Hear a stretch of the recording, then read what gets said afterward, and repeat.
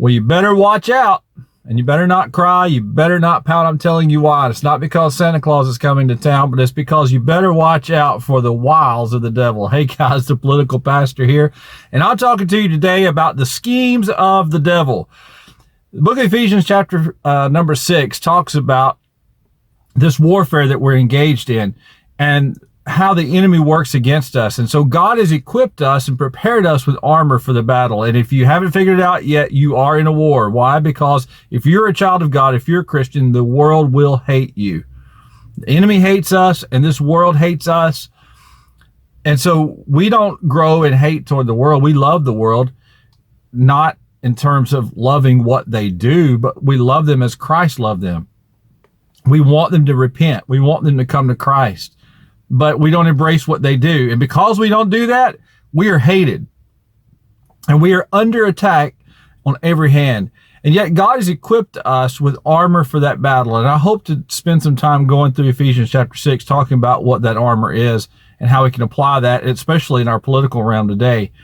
But we are not to be unaware of the schemes or the wiles of the devil. He is a master deceiver and has been from the beginning.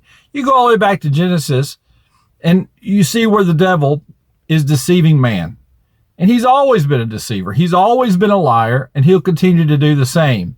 And so we see his effect in our own government here in the United States.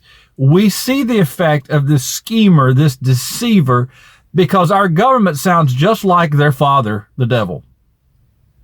I mean, they follow right in his footsteps. So they're constantly painting a picture, giving us a story that's always slanted, and they only give us what they want us to have. But I like the cover-ups. I like how they really try to deceive and prey on the vulnerable. So let's talk about a couple of those ideas. Take the economy, for example.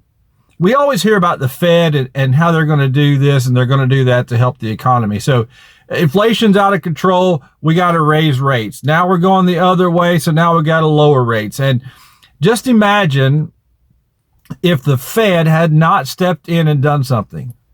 You see, this is the excuse that we get.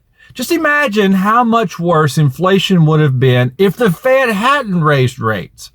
Now, the reality is we have no data to support what would have or would not have happened if the Fed had not intervened. It's all speculation, but they will slant that story in such a way to make you believe that they're doing you a favor. The government is here for you. We're looking out for you. The Fed, even though that is not technically the government, they're here for you. They're looking out for you. And so they're going to help preserve our economy. So be thankful that the Fed stepped in and did so. I know it's bad. I know inflation is rough, but just imagine how much worse it could have been if the Fed had done nothing. And then with the whole COVID thing, you better get your jab, right? You better get the shot, because if you don't, it will be so much more terrible for you if you don't have the shot. And then we find the people who have the shot are still getting COVID. But when you get COVID, the doctors say, well, it would have been so much worse if you had not had the shot. Really? And what data do you have to support that? They had no data to support that. And so you find people who are unvaccinated recovering just as quickly as people who are vaccinated, which, by the way, you were told in the beginning that if you got the vaccination, you wouldn't get COVID. And when they saw that that didn't work, they said, well, now you might get COVID, but it won't be as bad as if you hadn't had the shot. You see, that's the way the enemy works. That's the way the devil schemes. And so I'm telling you today, wake up.